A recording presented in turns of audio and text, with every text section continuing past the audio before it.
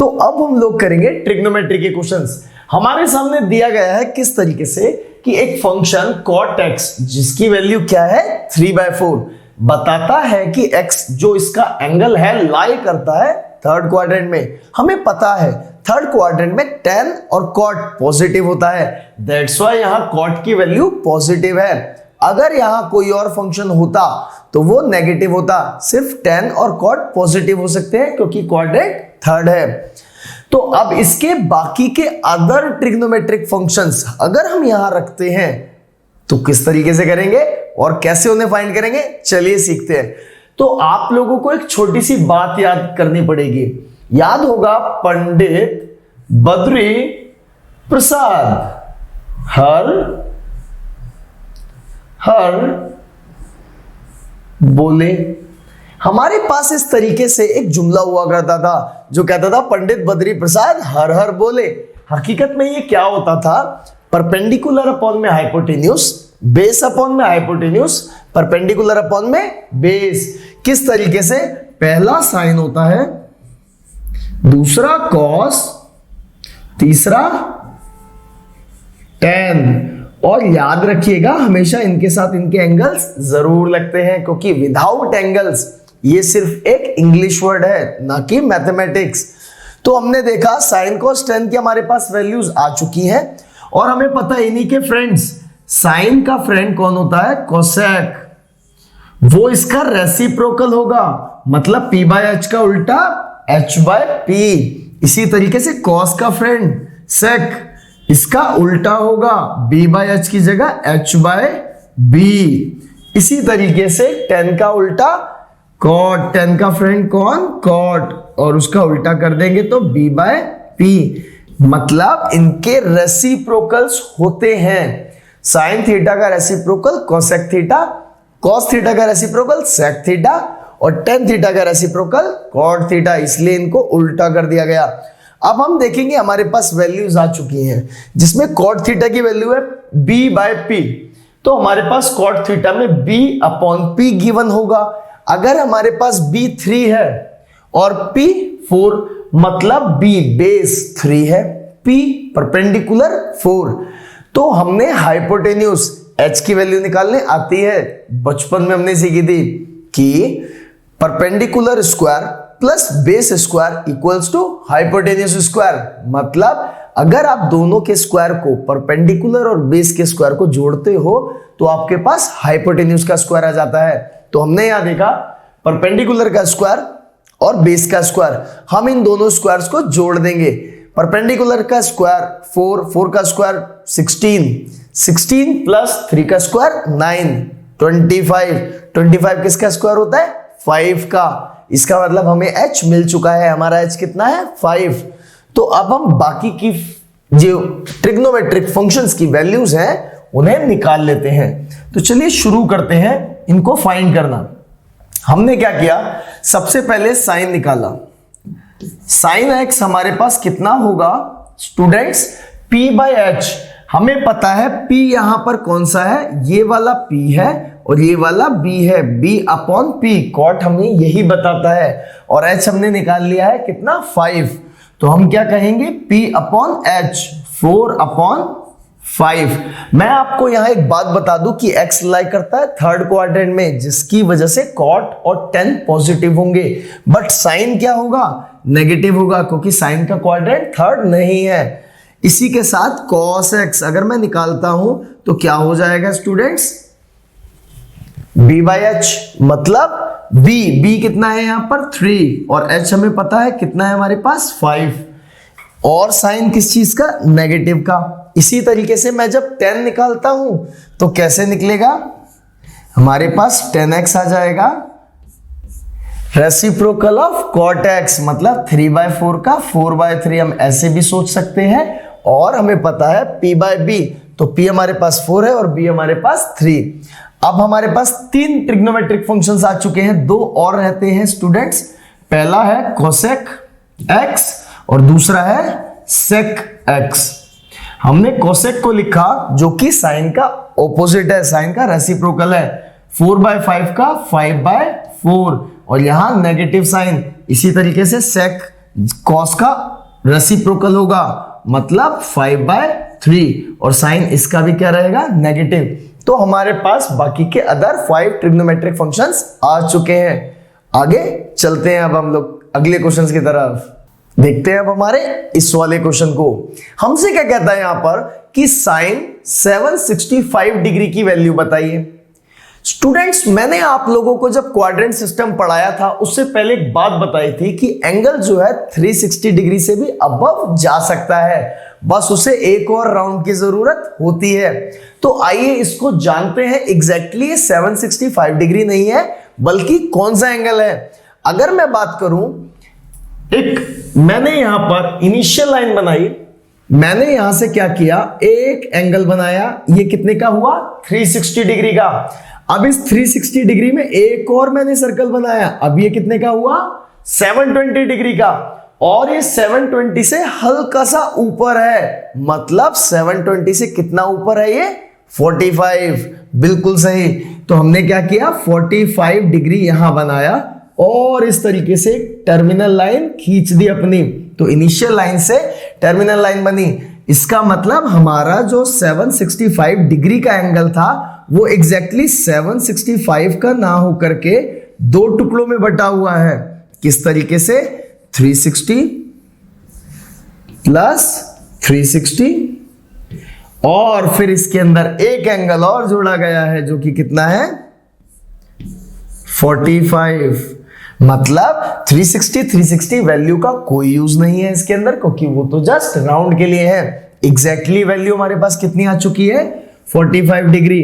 तो हम बोलेंगे कि 765 डिग्री और कुछ नहीं बल्कि क्या है, साइन 45 डिग्री। और साइन 45 डिग्री की वैल्यू हम सभी को पता है बहुत अच्छे से, क्या होती है स्टूडेंट्स, बिल्कुल सही, 1/√2। तो 1/√2 हमारे पास वैल्यू आ चुकी है, जो कि किसकी है, साइन 765 की। तो कोई आपसे पूछे कि ये एंगल कितना है, साइन 765 डिग्री, तो ये है हमारा 1/√2। तो बढ़ते हैं आगे। तो चलिए स्टूडेंट्स, अब देखते हैं हमारे प्रूव दैट से रिलेटेड क्वेश्चंस। प्रूव दैट के क्वेश्चंस में हमें क्या करना होता है, एलएचएस साइड को आरएचएस साइड के इक्वल करना होता है। यहां हम देखेंगे कि किस तरीके से ये हमें एक एलएचएस साइड दी है यहां तक, और फिर इक्वल करनी है किसी आरएचएस साइड के। साथ ही साथ मैंने यहां पर आपके लिए आइडेंटिटी भी लिख दी है कि किस प्रॉपर्टी से हम इस क्वेश्चन को कंप्लीट करेंगे। स्टूडेंट्स, अगर मैं इस प्रूव दैट टाइप के क्वेश्चंस की बात करूं ट्रिग्नोमेट्री में, तो सबसे इंपॉर्टेंट है आइडेंटिटीज। आपके पास आइडेंटिटीज होनी चाहिए सभी तरीके की। मैं आपके लिए नई से नई आइडेंटिटीज दूंगा और पीडीएफ में आपको सारी आइडेंटिटीज बहुत अच्छे से मिल जाएंगी। अब हम स्टार्ट करते हैं इस क्वेश्चन को। फिलहाल इस क्वेश्चन को कैसे करेंगे, with this property, this identity. हमने क्या किया, यहां से एलएचएस साइड को लिया और उसको हम आरएचएस साइड बनाने की प्रैक्टिस करेंगे। तो हमने यहां पर क्या किया, एलएचएस साइड को लिया, लेफ्ट हैंड साइड हमारे पास आ चुकी है, जो कि क्या है, साइन n+1 इंटू एक्स। यहां पर मैंने अंडरलाइन इसलिए दिखाया है कि साइन के साथ ये पूरा एंगल है, कॉस के साथ ये पूरा, कॉस के साथ ये पूरा, इस तरीके से सबके साथ उनके एंगल्स कंप्लीट शो किए गए हैं।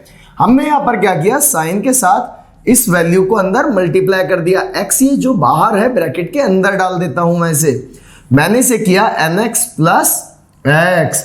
साथ ही साथ यहां पर जो लिखा है मैं इसको भी चेंज कर देता हूं, साइन nx प्लस 2x, और साथ ही साथ प्लस के बाद इस कॉस को भी चेंज कर देते हैं, कॉस nx प्लस x, और साथ ही साथ हम इस कॉस को भी चेंज कर देते हैं, कॉस nx प्लस 2x। हमारे पास सारे x अंदर जा चुके हैं स्टूडेंट्स। अब हम इस प्रॉपर्टी का डायरेक्ट यूज करेंगे। हमने देखा cos A plus cos B, plus में साइन ए प्लस साइन बी, ये प्रॉपर्टी सेम बन चुकी है। तो हम इसको डायरेक्टली लिख सकते हैं cos A plus A minus B, और यहां पर a मैं किसी को भी ले सकता हूं और b किसी को भी ले सकता हूं, क्योंकि मल्टीप्लीकेशन में आगे पीछे टर्म्स की जा सकती हैं। दोनों से ही आंसर सेम आने वाला है। मैं यहां पर आपके लिए डिफिकल्ट टाइप बनाऊंगा कि आप इजीली सॉल्व करें अपने तरीके से और डिफिकल्ट वाला मेरे ऊपर छोड़ दें। हमने यहां पर क्या किया, cos a माइनस बी, मैं इसे a ले लेता हूं और इस साइड को b ले लेता हूं। मैं मान लेता हूं कि ये साइड हमारी a है और ये साइड हमारी b है। तो हमारे पास क्या बन जाएगा students, nx plus x minus में nx प्लस 2x। जब ये माइनस अंदर चला जाएगा तब हमारे पास क्या होगा students, cos nx plus x minus में nx और माइनस अंदर चला जाएगा तो 2x। इसी के साथ nx से nx कैंसिल हो जाएगा, x माइनस x हमारे पास बचता है cos x हमारे पास क्या बचता है students, cos x minus 2x की वैल्यू। अब हम देखें तो x में से अगर 2x को हम सब्ट्रैक्ट करते हैं तो हमारे पास बचता है माइनस का x, और हमें पता है cos माइनस x भी क्या हो जाता है cos x। इस प्रॉपर्टी का यूज भी हम लोग अक्सर करते हैं। हम क्या करते हैं कि cos minus theta equals two plus cos theta. Very good, हम लोग इस प्रॉपर्टी के साथ भी अपनी वैल्यू को चेंज कर चुके हैं। तो चलिए बढ़ते हैं आगे के क्वेश्चंस की तरफ। तो चलिए स्टूडेंट शुरू करते हैं हमारे प्रूव दैट के क्वेश्चन को, जहां हमें LHS साइड को क्या बनाना है RHS साइड में। इस क्वेश्चन के अंदर जो प्रॉपर्टीज हम यूज करने वाले हैं वो हमने सामने लिख दी हैं। आपको इन प्रॉपर्टीज को अच्छे से नोट डाउन कर लेना है, हम इनका यूज करने वाले हैं। तो चलिए शुरू करते हैं। आपको जब क्वेश्चन सामने आता है तो सबसे पहली चीज ये नोटिस करनी है कि क्या चेंजेस आ रहे हैं। मैंने यहां देखा cot 4x है, जबकि यहां मैंने देखा cot x है। सेकेंड थिंग, यहां पर साइन प्लस हो रहे हैं और यहां पर साइन माइनस हो रहा है। इसका मतलब हमें इसको कंप्लीटली चेंज करना पड़ेगा, तब जाकर हम अपनी RHS साइड पर पहुंचेंगे। मैं इसे स्टार्ट करता हूं। हमारे पास क्वेश्चन ऑलरेडी यहां पर लिखा हुआ है, जिसके अंदर हमने क्या किया, चेंज करना स्टार्ट किया। हमें पता है जो cot 4x है वो बराबर होता है cos 4x divided by sin 4x के। इसी के साथ हमें पता है sin a प्लस b की प्रॉपर्टी भी, हम sin a प्लस b की प्रॉपर्टी को भी चेंज कर देंगे। 2 sin a plus b by 2 मतलब 5x plus 3x by 2 means 8x divided by 2 हमारे पास 4x आ जाता है। हमने यहां पर इसको 4x में कन्वर्ट कर दिया। और साथ ही साथ अब हमें पता है एक और property,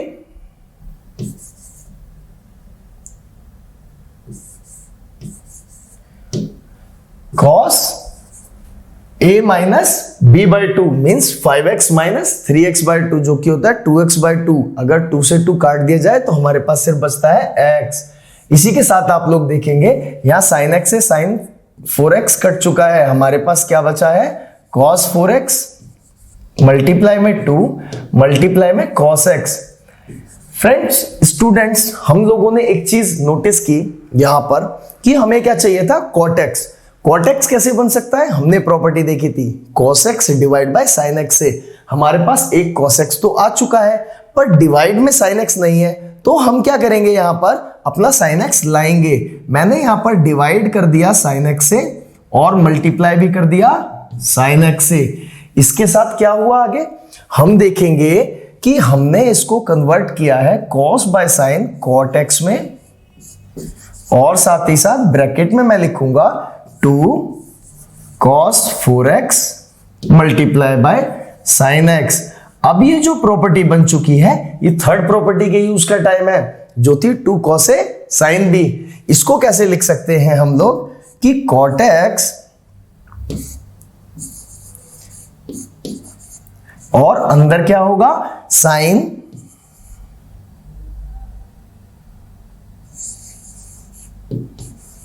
a plus b minus sine a minus b।